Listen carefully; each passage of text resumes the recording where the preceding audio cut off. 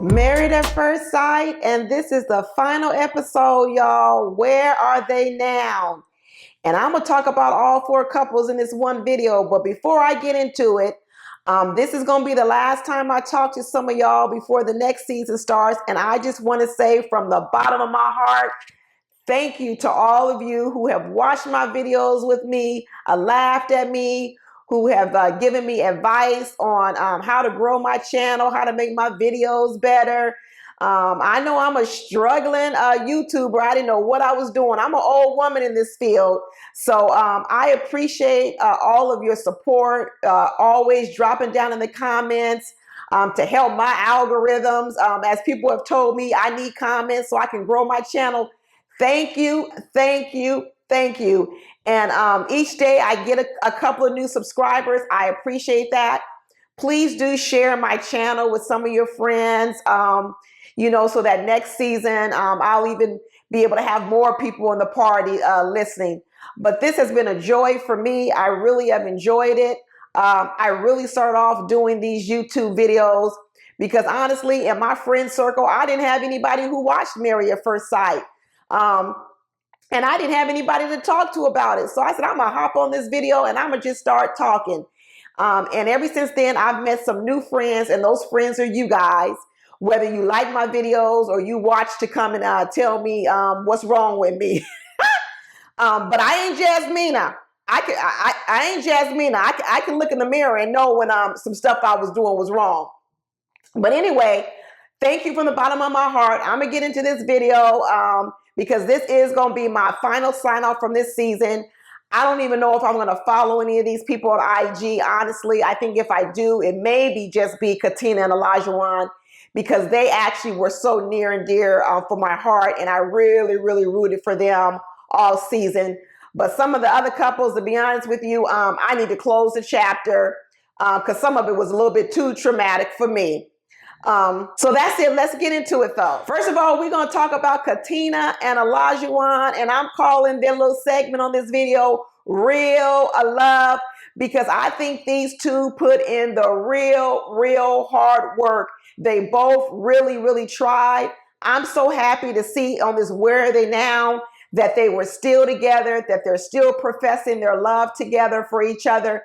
It really just warmed my heart. All the changes that Olajuwon is doing, I think he finally feels comfortable. Like I told you from the season earlier, Olajuwon been in love with Katina, but he was scared. I think now that he has the surety and the comfort and the his relationship is a little bit more shored up, I think he's relaxing a little bit more. And I think he's going to turn out to be a very good husband. I know you guys don't believe that, but I think Olajuwon's going to be one of those men, maybe 10 years, 5 years down the line. Some woman's going to walk up and say, oh, you're a good husband. Why are all the good men taken? Because that's what you hear from a lot of single women. They meet men after they've gone through the transformation in marriages that have made them better. And then when those women see those men, they're like, oh, all the good men are taken. No, he wasn't taken when he was a bad man. He just had a woman like Katina who was willing to invest 8 weeks of her life. That's it. It's a short-term investment in your life when you're talking about a lifetime. I'm glad Katina made the investment in him, and I'm glad that he also made the investment in Katina. Did y'all see Katina making that on charcuterie board and putting out that nice little spread with the cheeses and the crackers and the grapes?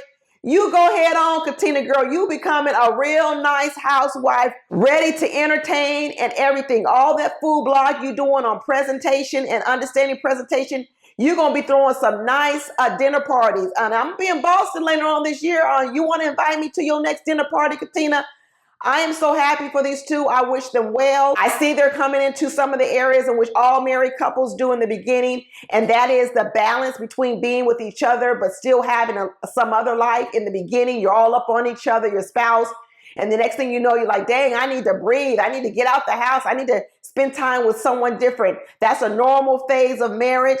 You got to figure out your balance between your marriage, your friends, and other things in your life so that you don't feel as if you're being smothered by your mate or you're not smothering your mate. I see they're talking about that. That's very common, Katina and Olajuwon. So work through it. Don't get frustrated. I see they're also coming up on another issue and realizing some friendships may not be good for their marriage.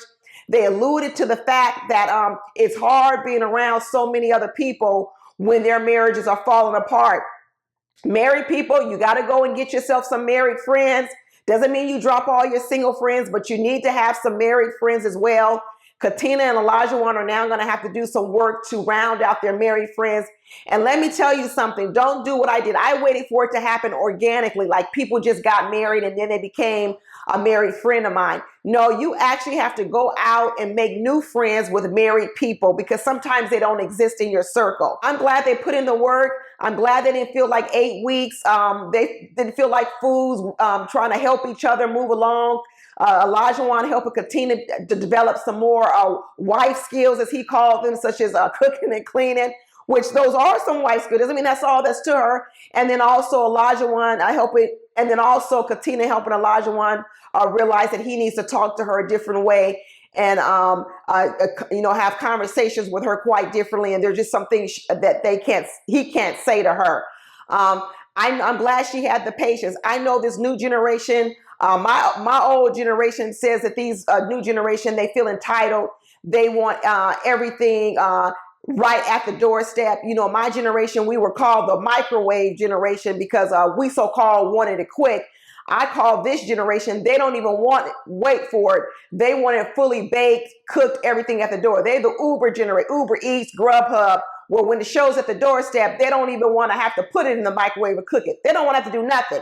So I'm glad that these two were willing to do the work. I see that Katina, she isn't just this way with Olajuwon, but I see Katina has been able to be friends with all the girls on the show. I think she's the one lady on the show who actually is friends with everyone on the show. Even Lindsay, I think she has become cordial and able to get along with Lindsay through Olajuwon.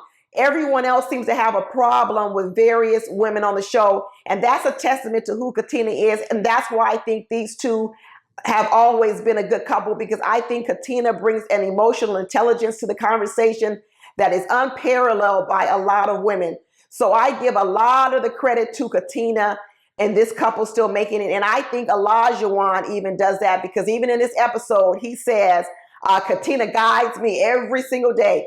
You got that right, Olajuwon. He knows who the emotional, intelligent leader is in the couple. He can be the leader in other areas, but Katina has obviously shown very, very good skills in that area. And it is showing up not only in her marriage, it's actually showing up in her friendships with girlfriends. Moving on to Steve and Noi. I actually became less confident about this couple 5 months in. We're talking about these couples have been married almost a year now.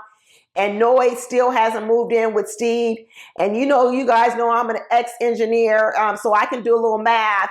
And what I'm saying is, when did Noi sign that lease?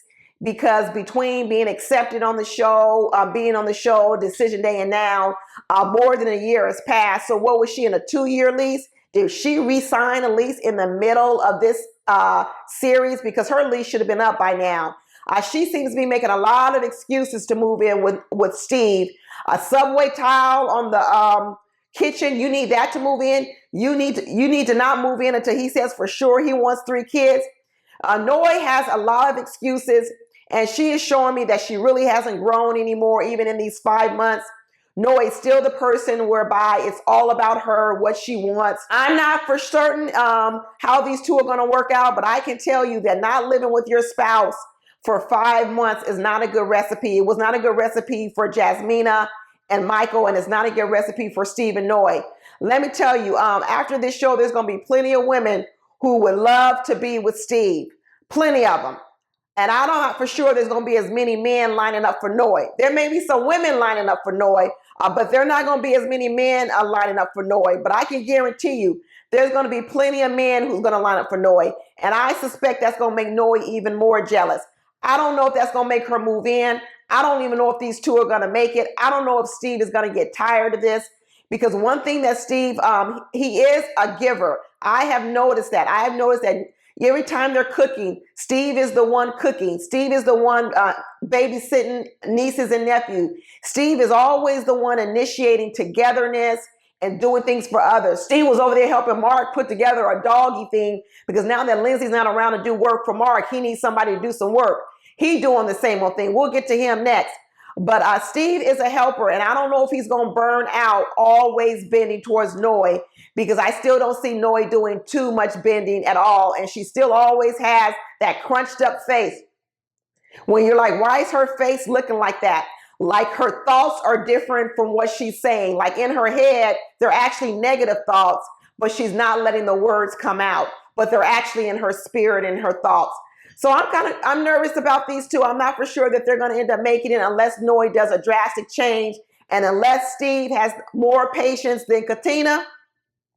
I can see that these two, I don't know, you guys. I hope they make it, because I'm all for love, but Noi is not showing any progress for me, and that's alarming. But when we do look at some progress that was made, you have to look at Lindsay and Mark, and I say, you know, Lindsay went on a full-on apology tour.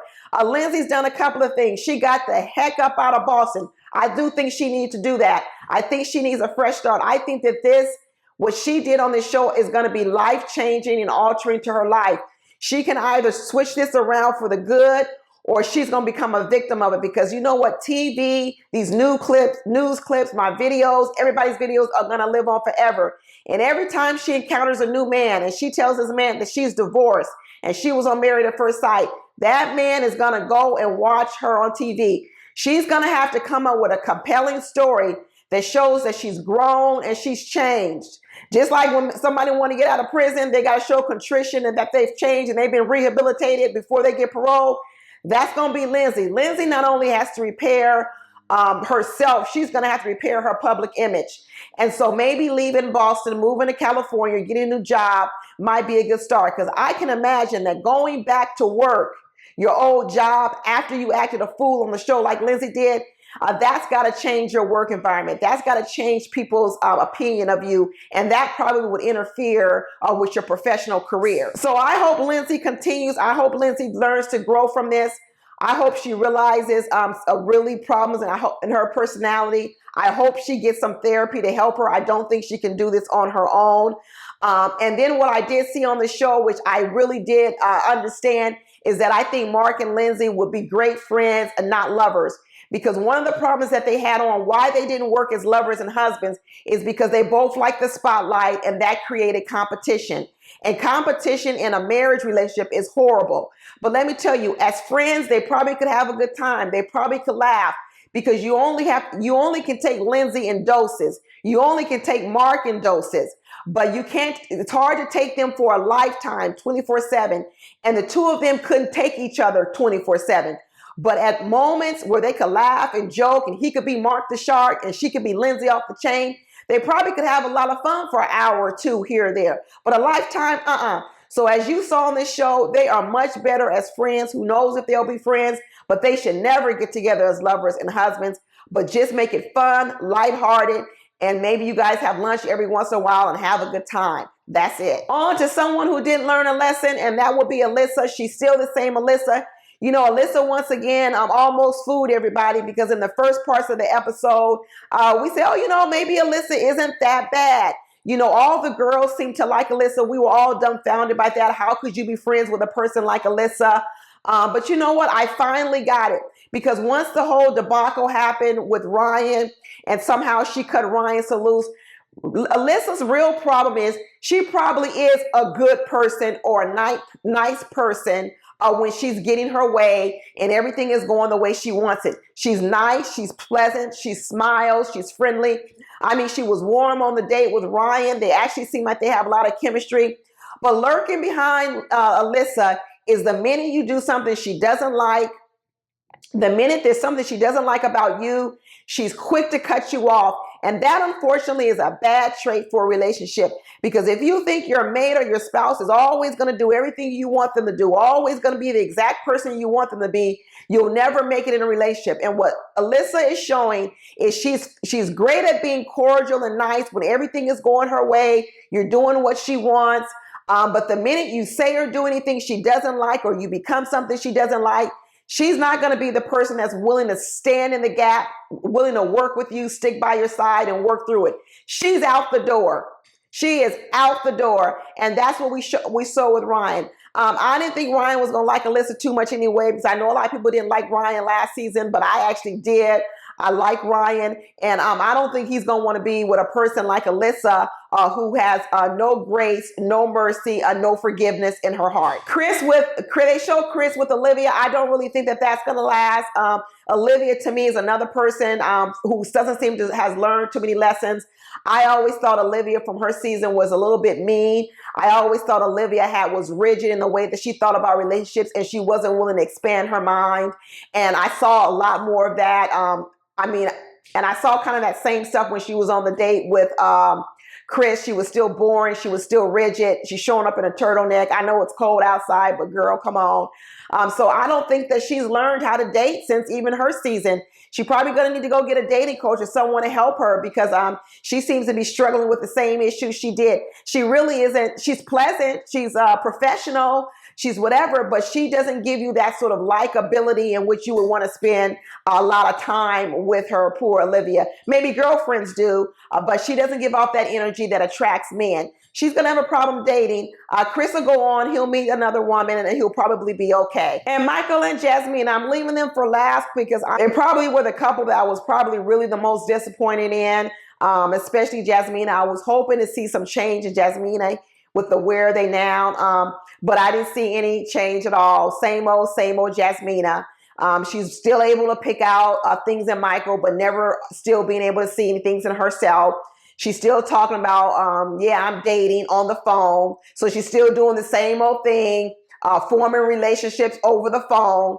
Jasmina is what Jasmina's comfortable with. She's still talking about when Michael gets his feelings hurt, he likes to blame everyone else. Well, Jasmina, that's you too. You just said your feelings were hurt and you went on a whole a tirade about what Michael did wrong. So the very thing you told Michael that he does, you do. And now we got a little bit more clarity on the idea that Michael stopped talking to her, which he admitted that he did. And she also admitted now all of a sudden that it was only in the last 2 weeks before the reunion that Michael stopped talking to her. But the truth of the matter is there was a gap of 5 months before then. So you're telling me that for 4.5 months, Michael was doing everything. He was actually trying. It was in the last 2 weeks that he absolutely did ghost you. So Jasmina then tells us the story of the last 2 weeks. She doesn't tell us the story of the first 4.5 weeks.